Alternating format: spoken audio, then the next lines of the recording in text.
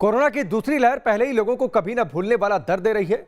अब तीसरी लहर का खतरा डराने लगा है, क्योंकि तीसरी लहर में बच्चों पर मंडरा रहा है बड़ा खतरा।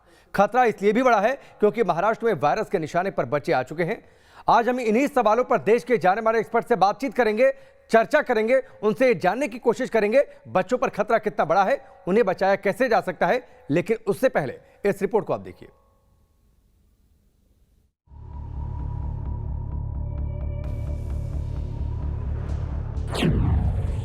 वायरस के निशाने पर बच्चे।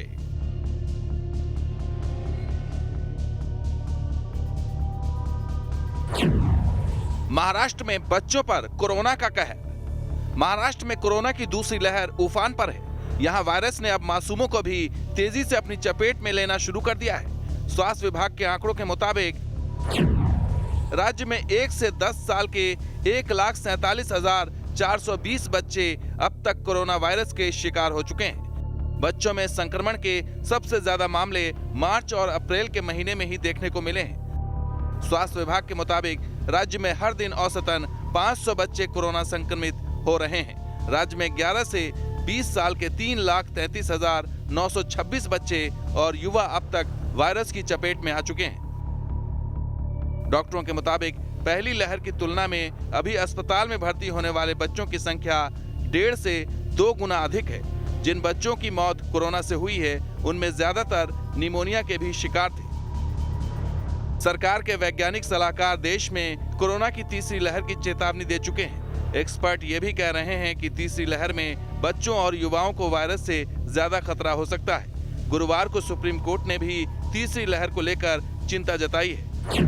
सुप्रीम कोर्ट ने कहा है कि अगर तीसरी लहर में बच्चे प्रभावित होंगे तो उनके माँ बाप को भी साथ अस्पताल जाना होगा। ऐसे में 18 से 45 साल के एज ग्रुप का वैक्सीनेशन जल्द से जल्द किया जाए और तीसरी लहर से निपटने के लिए साइंटिफिक प्लानिंग को अंजाम दिया जाए। महाराष्ट्र से आए आंकड़े डराने वाले हैं और ऐसे में तीसरी लहर से बच्चों और युवाओं को बचाने का सिर्फ एक ही रास्ता है कि जल्द से जल्द 18 साल से कम उम्र वालों का भी वैक्सीनेशन शुरू किया जाए। Team news nation. सवाल सबसे बड़ा यह है कि तीसरी लहर में बच्चों पर खतरा सबसे ज्यादा बताया जा रहा है, तो आखिरकार बच्चों को बचाया कैसे जाए। साथ ही महाराष्ट्र में पिछले 2 महीने में बच्चों के संक्रमण के जो आंकड़े हैं वो आंकड़े डरा रहे हैं। 2 एक्सपर्ट हमारे साथ जुड़े हैं। सबसे पहले उनका परिचय आपसे करवाते हैं। डॉक्टर के पांडे हैं, चाइल्ड स्पेशलिस्ट, और डॉक्टर LK भारती हैं, हेल्थ एक्सपर्ट, वो हमारे साथ जुड़ चुके हैं। सबसे पहले डॉक्टर पांडे, मैं आपके पास आता हूं। बच्चों पर सबसे बड़ा खतरा तीसरी लहर में कहा जा रहा है कि सबसे ज्यादा टारगेट पर बच्चे हैं। कितना खतरनाक होगी ये स्थिति? देखिए, मैं अभी यहाँ पे लेकिन पिछले 2-3 महीने से हम लोग मरीज देख रहे हैं कि बच्चों की संख्या कोरोना पॉजिटिव केसेस बहुत ज्यादा बढ़े हैं, जबकि पहली वेव में बहुत ही कम बच्चे इन्फेक्टेड होते थे। हालांकि उनके पेरेंट्स इन्फेक्टेड होते थे, घर में लोग होते थे, लेकिन बच्चे फिर भी बचा रहे थे। इस बार आप देखिए, किसी भी परिवार में अगर पेरेंट्स इन्फेक्टेड है तो बच्चे भी साथ इन्फेक्टेड। इवन हमने 2 दिन के बच्चे का भी सुना है कि पॉजिटिव हो गया था, और 6 महीने के बच्चे को हमने खुद देखा है जो पॉजिटिव हो गया था। तो 6 महीने से लेकर 18-20 साल तक के बच्चे बिल्कुल पॉजिटिव हो रहे, इसमें कोई दो राय नहीं है। अब मैं आपको यूएस के डाटा पे ले चलता हूं कि यूएस में दिसंबर तक बहुत कम केसेज आते थे, लेकिन दिसंबर 2020 के बाद 5 गुना केसेज बढ़ गए बच्चों में। और उसमें से जो ध्यान देने की जरूरत है, जो मैं यहाँ कहना चाहूंगा, 60% बच्चों को, मैं एम्फसाइज कर रहा हूं, 60% बच्चों को सर आईसीयू की जरूरत पड़ी थी उसमें से। तो आप सोचिए, अगर वही कंडीशन यहाँ पे हम करते हैं, यही सोच रहे हैं, तो कितनी भयावह स्थिति आने वाली है। ऑलरेडी नंबर ऑफ केसेज आपने दिखा दिया अभी कि कितने ज्यादा केसेज महाराष्ट्र में हुए हैं। तो सरकार को इसके लिए तुरंत तैयार होना पड़ेगा, खासतौर से छोटे छोटे शहरों में और शहरों में जहां पे कि लेवल 3 आईसीयू केयर नहीं है, प्रॉपर केयर नहीं है। बड़े शहरों में तो फिर भी है, लेकिन उतनी संख्या नहीं है। तो सरकार के पास बहुत कम टाइम है और युद्ध स्तर पे इसकी तैयारी करनी चाहिए, मेरी सलाह ये है। ठीक है, लेकिन डॉक्टर भारती, जो महाराष्ट्र के आंकड़ों की तस्वीर की हम बातचीत कर रहे हैं, पिछले 2 महीने में करीब 70,000 बच्चे जरूर संक्रमित हुए। एक आंकड़ा यह है कि हर दिन 500 बच्चे संक्रमित हो रहे हैं, लेकिन रिकवरी भी उनमें उतनी ही फास्ट हो रही है। बजाय जो आंकड़े यूएस के असर ने दिए, उन आंकड़ों के खिलाफ जाकर रिकवरी महाराष्ट्र में ज्यादा बेहतर है।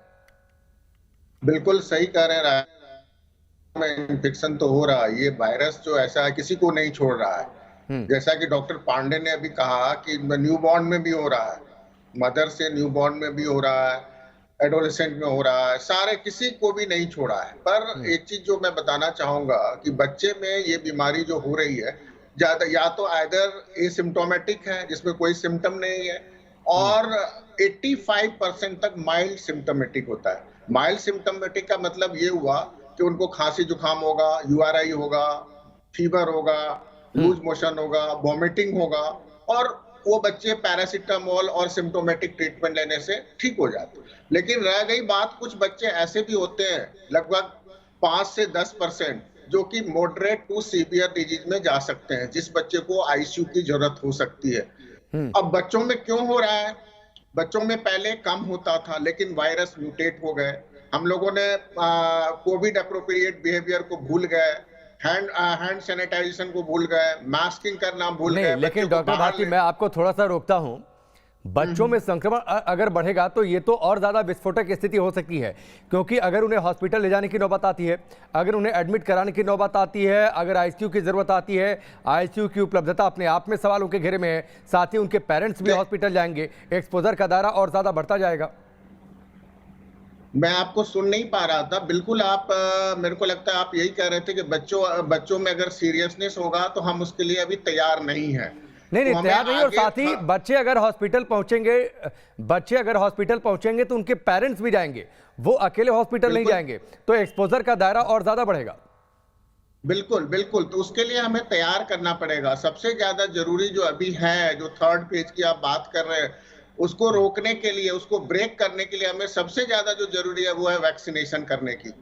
आने वाले समय में जैसे अभी शुरू हो गया है कि 18 साल से 45 साल के बच्चों को लोगों को हमें वैक्सीनेट करना है, उसके बाद हो सकता है कि 18 साल से नीचे के लोगों को भी हमें वैक्सीनेट करने की जरूरत पड़ेगी, और सरकार को इस दिशा में भी सोचना पड़ेगा। दूसरी बात यह है कि हमें बच्चों के लिए भी जैसे कोविड हॉस्पिटल बनानी पड़ेगी, कोविड केयर सेंटर बनाना पड़ेगा, आईसीयू बनाना पड़ेगा, बढ़ाना पड़ेगा, और सबसे ज्यादा जरूरी है कि हमें कोविड एप्रोप्रिएट बिहेवियर के बारे में फिर से सोचना पड़ेगा कि मास्क हम प्रॉपरली लगाएं। अगर किसी को घर में हो जा रहा है तो वो मास्क लगा के रहें, सोशल डिस्टेंसिंग करें, हैंड हाइजीन करें। अगर बच्चे को हो जा रहा है तो बच्चे मास्क नहीं लगा पाएंगे, तो बच्चे को आइसोलेट कैसे हम करेंगे? ये एक डिफिकल्ट सवाल है। तो उसके लिए हमें मदर, फादर या जो भी केयर टेकर है उनको ज्यादा जरूरी है मास्क लगा के रहना। ठीक है डॉक्टर पांडे, मैं आपके पास आता हूं। महाराष्ट्र की जो हम बातचीत कर रहे हैं, बच्चों में संक्रमण के इतने ज्यादा केसेस पिछले 2 महीने में 70,000 से ज्यादा। सर, महाराष्ट्र में ये तादाद इतनी बढ़ कैसे गई? ये इसलिए बढ़ रही है वायरस की वजह से। देखिए, जो नए वायरस स्ट्रेन्स आए हैं, पिछली बार क्या होता था, घर में एक आदमी बीमार होता था और वो एक का ज्यादा से ज्यादा 2 हो जाते थे। अगर 5-6 लोग घर में हैं, 4 हैं, तो चारों के चारों बीमार नहीं होते थे। इस बार मैं जितने लोगों को देख रहा हूं, अगर एक आदमी बीमार पड़ता है तो 3 से 4 दिन के अंदर पूरे के पूरे लोग बीमार हो जा रहे हैं, सारे लोग बीमार हो जा रहे हैं। तो वायरस ये पहले क्या होता था, 5 से 7 दिन में लोग एक दूसरे को बीमारी पास करते थे, अभी 3 से 4 दिन में पास हो जाता है। तो अभी जो ये ट्रांसमिसिबल बहुत ज्यादा हो गया, बहुत जल्दी से वायरस इन्फेक्ट कर रहा है। अच्छी बात यह है कि अभी भी ये सीवियर डिजीज नहीं काज कर रहा है, लोग ज्यादा बीमार हो रहे हैं, लेकिन percentage of sick people, very serious people, वो बहुत कम है। वो वायरस अभी ये नहीं कर रहा है। तो आप ये सोचिए, जैसे डॉक्टर भारती अभी बता रहे थे, कि आप सोचिए कि अगर हमारे बच्चे उस तरह से 70,000 बच्चे भी आप ले लीजिए, तो 70,000 का 5 से 10% भी आप लेते हैं तो 6-8 हजार बच्चे इन्फेक्टेड हो गए। 6-8 हजार बच्चों को एडमिट करना और उनके लिए आईसीयू केयर प्रोवाइड करना, टर्शियरी केयर प्रोवाइड करना कितना मुश्किल है, और कितनी हमारे पास सर्विसेज इनएडिक्वेट है। भारत हिंदुस्तान की बात तो छोड़ दीजिए, तो बहुत भयावह स्थिति है। वैक्सीनेशन की बात भी कर रहे थे डॉक्टर भारती, लेकिन मैं नहीं सोचता कि इतनी जल्दी से वैक्सीन लग पाएगी। लेकिन एक राय मैं जरूर दूंगा कि गवर्नमेंट को कोवैक्सीन और कोविशील्ड को बच्चों में जल्दी से ट्रायल शुरू करना चाहिए, ताकि फास्ट ट्रैक करें। कि जैसे 9 महीने के अंदर आप देखिए तो वैक्सीनेशन बड़ों में शुरू हो गया, उसी तरह बच्चों में जल्दी से जल्दी करके ट्रायल शुरू करना चाहिए, ताकि कम से कम बच्चे हम बचा सके बच्चों को, क्योंकि बच्चे बहुत बड़ी खतरा में हैं। और इसीलिए हम लोग बार बार आगाह कर रहे हैं कि बच्चों को बचाना बहुत आवश्यक है, और इसके लिए अत्यंत जल्दी से कदम उठाने की जरूरत है। ठीक है, ठीक है, लेकिन डॉक्टर भारती, महाराष्ट्र में भी मुंबई में ये तादाद ज्यादा थी। 1.5 से करीब 2.5 गुना ज्यादा बच्चे संक्रमित हुए और जगहों की तुलना में मुंबई में। तो इसके पीछे कोई और खास वजह, और उनमें भी ज्यादातर बच्चे निमोनिया के शिकार हुए? देखिए, वहाँ ज्यादातर जांचें हो रही हैं। ऐसा नहीं है कि महाराष्ट्र में जांच कम हो रही है, इन्वेस्टिगेशन ज्यादा हो रहे हैं, तो उससे पता चल रहा है। बहुत सारे जगह ऐसे हैं कि जांच नहीं हो रही है, और इधर दिल्ली में भी जांचें हो रही हैं। ऐसा नहीं कि दिल्ली में बच्चे नहीं बीमार हो रहे हैं, यहाँ पे भी काफी बच्चे बीमार हो रहे हैं। बट जैसा कि डॉक्टर पांडे ने अभी बताया कि माइल्ड सिम्टम ज्यादा है। मुंबई में भी बहुत ज्यादा सीवियर सिम्टम का हमें नहीं पता है कि बहुत ज्यादा सीवियर हुआ है जी। 2 to 3% में सीवियर बच्चे हो रहे हैं, जिसको कि आईसीयू की जरूरत है। उस बीमारी को हम MIS-C बोल रहे हैं, जिसमें कि नीले हो जाते हैं बच्चे, शॉक में चले जाते हैं, वेंटिलेटरी सपोर्ट की जरूरत पड़ सकती है ऐसे बच्चे को। तो हो रहे हैं बच्चे, ऐसा नहीं है कि वहाँ बच्चे दूसरे जगह भी हो रहे हैं, लेकिन इसकी एक दूसरी वजह डॉक्टर भारती हम ये मान लें क्या कि देखिए, पिछली बार तो संपूर्ण लॉकडाउन लगा था, लोग घरों में बंद थे, बच्चे बिल्कुल बाहर नहीं निकल रहे थे। इस बार कुछ स्कूल भी खुले, बच्चे भी बाहर निकलने लगे खेलने के लिए भी, जो BMC ने जानकारी दी है। हो सकता है, एक रीजन ये हो सकता है। दूसरा रीजन ये है कि म्यूटेशन, जैसा कि डॉक्टर अभी पांडे ने बोला कि ये इनकी इन्फेक्टिविटी बहुत ज्यादा है, और ये टाइम नहीं दे रहे हैं, 2 से 3 दिनों में ही सिम्टम होने लग रहे हैं। तो एक रीजन ये हो सकता है कि हम कोविड अप्रोप्रिएट बिहेवियर नहीं कर रहे हैं, हम अपने आप को डिसिप्लिन नहीं कर रहे हैं, बच्चों को लेके बाहर जा रहे हैं, मास्क नहीं लगा रहे हैं। और दूसरी बात ये हो सकती है कि जैसे वैक्सीनेशन वहां नहीं हो रहा है बच्चे को, तो थोड़ा रिलैक्स हो गए। तो रिलैक्स होने की जरूरत नहीं है, हमें अभी रिलैक्स नहीं होना है, और भी सीरियसली हमें सोचना है कि हम कैसे बचें। तो बचने का हमें एक ही 2-3 ही तरीका है, और चौथा तरीका नहीं है कि वैक्सीनेट करें, मास्क प्रॉपर लगाएं, सोशल डिस्टेंसिंग करें और हाथ साफ करें। इसके अलावा और कोई भी ऐसी दवा नहीं है जो कि इस बीमारी से बचाने के लिए कोई दवा है जो इसको प्रिवेंट कर सकता है। ठीक है, लेकिन डॉक्टर पांडे, आप थोड़ी देर पहले जिक्र कर रहे थे वैक्सीन नहीं है, पूरी दुनिया में प्रभावी तौर पर बच्चों के लिए कोई वैक्सीन नहीं है। फाइजर एक जरूर वैक्सीन लेकर आया है और उसके लिए उसने अप्रूवल की मांग भी कर दी है। वैक्सीन है नहीं, बच्चे संक्रमण से बचेंगे कैसे? तीसरी लहर सामने है, सुप्रीम कोर्ट ने सवाल कर दिया है, तीसरे लहर से बचने के लिए तैयारी किया है, खासतौर पर बच्चों को ध्यान में रखकर। देखिए, फाइजर की वैक्सीन 12 साल तक के बच्चों की अप्रूवल कुछ कंट्रीज में हो गई है, लेकिन उस वैक्सीन की महंगी पड़ेगी, और इंडिया की कंडीशंस में कितने लोगों को लगा पाएंगे वो लोग कहना बड़ा मुश्किल है जी। इतनी 41% पॉपुलेशन हमारी बच्चे हैं, तो इतने लोगों को हम जल्दी से नहीं लगा सकते। 2-3 चीजें मैं बताना चाहूंगा। एक तो फास्ट ट्रैक करे गवर्नमेंट, जो कोविशील्ड एंड कोवैक्सीन की जल्दी से जल्दी फास्ट ट्रैक करे। और दूसरी चीज पेरेंट्स के लिए, जो आप कोविड अप्रोप्रिएट बिहेवियर करें, जब भी किसी को हल्का सा भी कोई सिम्टम आते हैं, माइल्ड सिम्टम आते हैं, खांसी, जुकाम, बुखार तो छोड़िए, अगर किसी को थकावट भी महसूस होती है, हेडेक महसूस हो रहा है, गैस्ट्रोइंटेस्टाइनल सिम्टम्स हैं जैसे कि टट्टी हो रही है, उल्टी हो रही है, पेट दर्द हो रहा है, बच्चों में ये सिम्टम्स काफी पाए जा रहे हैं, आंख के अंदर लाली हो जाती है जैसे आंख आई हो, तो कहने का मतलब ये है कि जैसे ही अगर एडल्ट्स कोई, देखिए हर घर में बच्चे तो बाहर खेलने नहीं जा रहे हैं, लेकिन बच्चे घर में हैं, बाहर का कोई आदमी, एक आदमी तो घर का जाता है बाहर, जो घर लौट के आता है, और उसको जब सिम्टम शुरू होते हैं तो इग्नोर करता है, वो सोचता है 5 दिन 7 दिन होगा तो टेस्ट कराएंगे, लेकिन उसके पहले ही सारे लोग इन्फेक्ट हो जाते हैं। तो मेरा कहना यह कि आप टेस्ट का इंतजार इस टाइम न करें, पॉजिटिविटी रेट बहुत ज्यादा है। आपको जैसे ही थोड़ा भी सिम्टम लगता है, अगर आपको थकावट भी महसूस होती है, भूख नहीं लग रही है, बॉडी एक हो रहा है, हेडेक हो रहा है, कुछ भी हो रहा है, माइल्ड सिम्टम, वेग सिम्टम्स, आप तुरंत अपने आप को आइसोलेट कर लें 4-5 दिन के लिए। कम से कम आप अपने घर के लोगों को बचा लेंगे, अपने बच्चों को बचा लेंगे। और ये बिहेवियर हमें अगले 8-10 महीने के लिए कम से कम लागू करना चाहिए, जब तक हमें बीमारी के बारे में और नॉलेज हो जाए और समझ आ जाए। और सौभाग्यवश अगर हम इस तरह से करेंगे तो मेरा ख्याल है कि अगर पेरेंट्स अपने घर का ख्याल करेंगे तो जरूर बच्चों को बचा पाएंगे। वैक्सीन इतने सारे बच्चों को हम नहीं लगा सकते, हमारे इतने रिसोर्सेज नहीं है। और ठीक है, कुछ आईसीयू केयर हम कर सकते हैं, अपग्रेड कर सकते हैं, लेकिन गवर्नमेंट की अपनी लिमिटेशंस हैं, और खाली आईसीयू वेंटिलेटर खरीदने से नहीं होता। आप मैन पावर कहां से लाएंगे? डॉक्टर्स की हालत बहुत खराब है, नर्सेज की हालत बहुत खराब है, आईसीयू नहीं तो सर मान ले, जो आपकी बातें, जो आपने बातें कही, मोटे तौर पर उसका ये मतलब निकाल लें कि बड़ों ने गलती कर दी, पेरेंट्स ने गलती कर दी, या लापरवाही से गलती हो गई, इसलिए बच्चों में संक्रमण ज्यादा फैल गया। मैं बताना चाहूंगा, हर आदमी को सुनना चाहिए ध्यान से कि लोग क्लेम कर रहे साहब इतने केसेस हो गए। सेकेंड वेव जब भी आती है, 100 साल पहले भी आई थी तो लोगों की गलती से आई है, आज भी लोगों की गलती से आई है। थर्ड वेव भी अगर आएगी तो हमारी आपकी गलती से आएगी। मैं बार बार कहता हूं कि देखिए, अगर ये 135 करोड़ का देश है तो हमारी खुद की जिम्मेदारी भी है कि 1/135 करोड़ मेरी जिम्मेदारी है, आपकी भी है और सबकी है। क्या वो पेरेंट्स अपना जिम्मेदारी निभा रहे हैं? अपने घर को देख रहे हैं, अपने मोहल्ले को देख रहे हैं, अपने शहर को देख रहे हैं?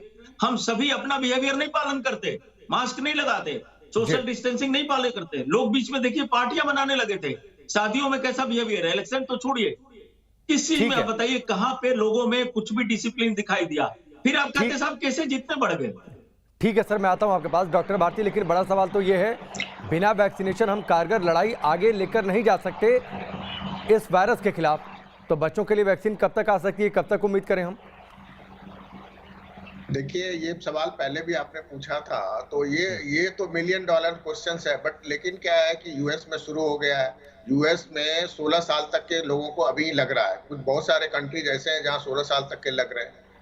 अप्रूवल की मांग कर रहे हैं कि 12 साल से 16 साल के बीच में, 12 साल से लेकर के 16 साल के बीच का अप्रूवल। इंडिया में भी कुछ कंपनी जो है, भारत बायोटेक ने मांग की है कि हम बना देंगे, हो सकता है कि 90 डेज में हम तैयार कर देंगे, इसका कर देंगे।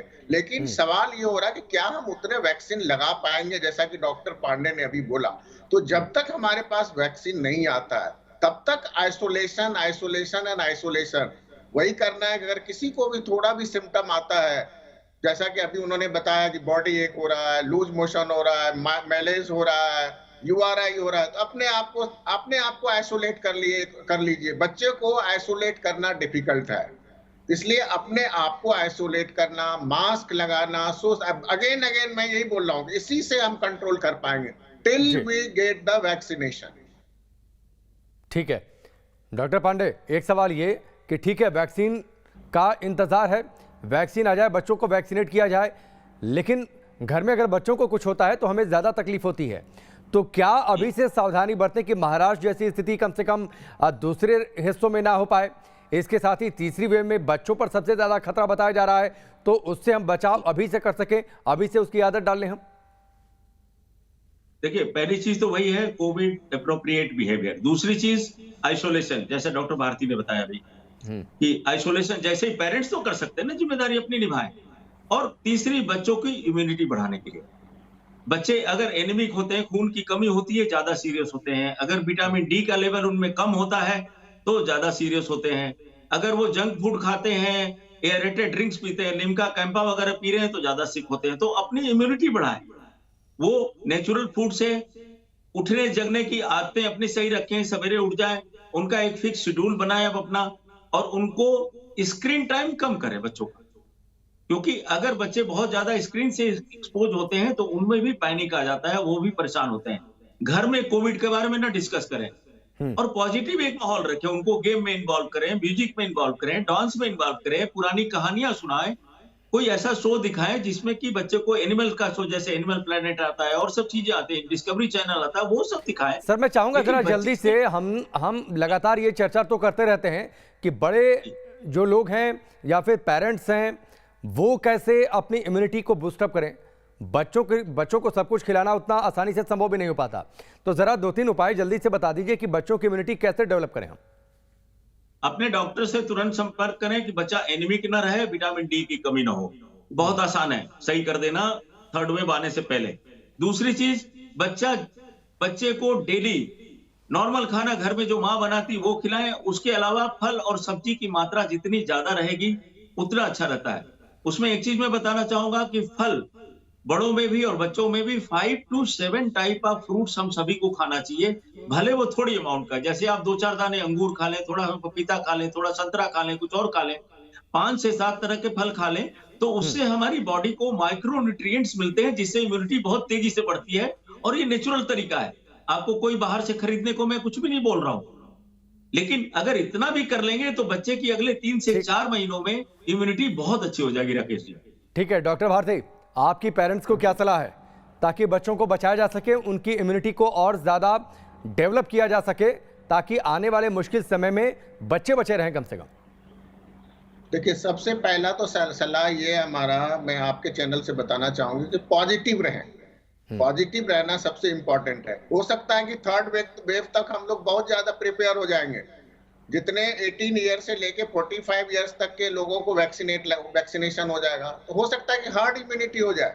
तो सबसे ज्यादा इंपॉर्टेंट है कि पॉजिटिव रहे। आज देखिए कि हमारे पास ऑक्सीजन की कमी थी, धीरे धीरे ऑक्सीजन भी आ जाएगा, हम लोग तैयार हो जाएंगे उसके लिए। हो सकता है कि चिल्ड्रन के लिए भी हमारे कोविड केयर सेंटर बन जाएगा। उसके बाद जो पेरेंट्स को जो करना है, उनको ये करना है कि घर का माहौल पॉजिटिव रखें, अपने आप को आइसोलेट करें। अगर कोई भी सिम्टम होता है, हेल्दी डाइट लें, बच्चों को भी हेल्दी डाइट खिलाएं, एक्सरसाइज करें, फ्लूइड ज्यादा से ज्यादा ले लें, और कोई भी सिम्टम माइल्ड सिम्टम होता है तो डॉक्टर की सलाह लें, अपने से ट्रीटमेंट ना करें, और अगल बगल जो भी एलिजिबल लोग हैं उसको वैक्सीनेट जरूर करें। ठीक है, ये आपने अच्छी जानकारियां दी डॉक्टर भारती और डॉक्टर पांडे। निश्चित तौर पर ये वैल्यूएबल इंफॉर्मेशन है। आने वाले समय में बच्चों पर खतरा सबसे ज़्यादा बड़ा है, क्योंकि 18+ एज ग्रुप के लिए वैक्सीनेशन की शुरुआत हो गई है। सीनियर सिटीजन की बड़ी आबादी ऑलरेडी वैक्सीनेट हो चुकी है, तो जो आबादी, बच्चों की आबादी वैक्सीनेटेड नहीं है, उन पर खतरा ज़्यादा बड़ा है। इसीलिए हमें तैयारी अभी से शुरू करनी है, ताकि आने वाले समय में बच्चों को इन्फेक्शन से, संक्रमण से बचाया जा सके, उनकी इम्यूनिटी को और ज़्यादा डेवलप किया जा सके। बहुत बहुत शुक्रिया आप दोनों का हमसे जुड़ने के लिए, इस पूरी बातचीत के लिए। और निश्चित तौर पर ये जानकारियां जो पेरेंट्स इस वक्त न्यूज़ नेशन देख रहे हैं, उनके काम की ये जानकारियां हैं। इन तमाम उपायों पर आप गौर करें। खुद भी आपको सावधानी ज़्यादा बरतनी है, क्योंकि आपकी एक गलती बच्चों को संक्रमण की जद में ला सकती है। इसलिए अतिरिक्त सावधानी आप बरतें।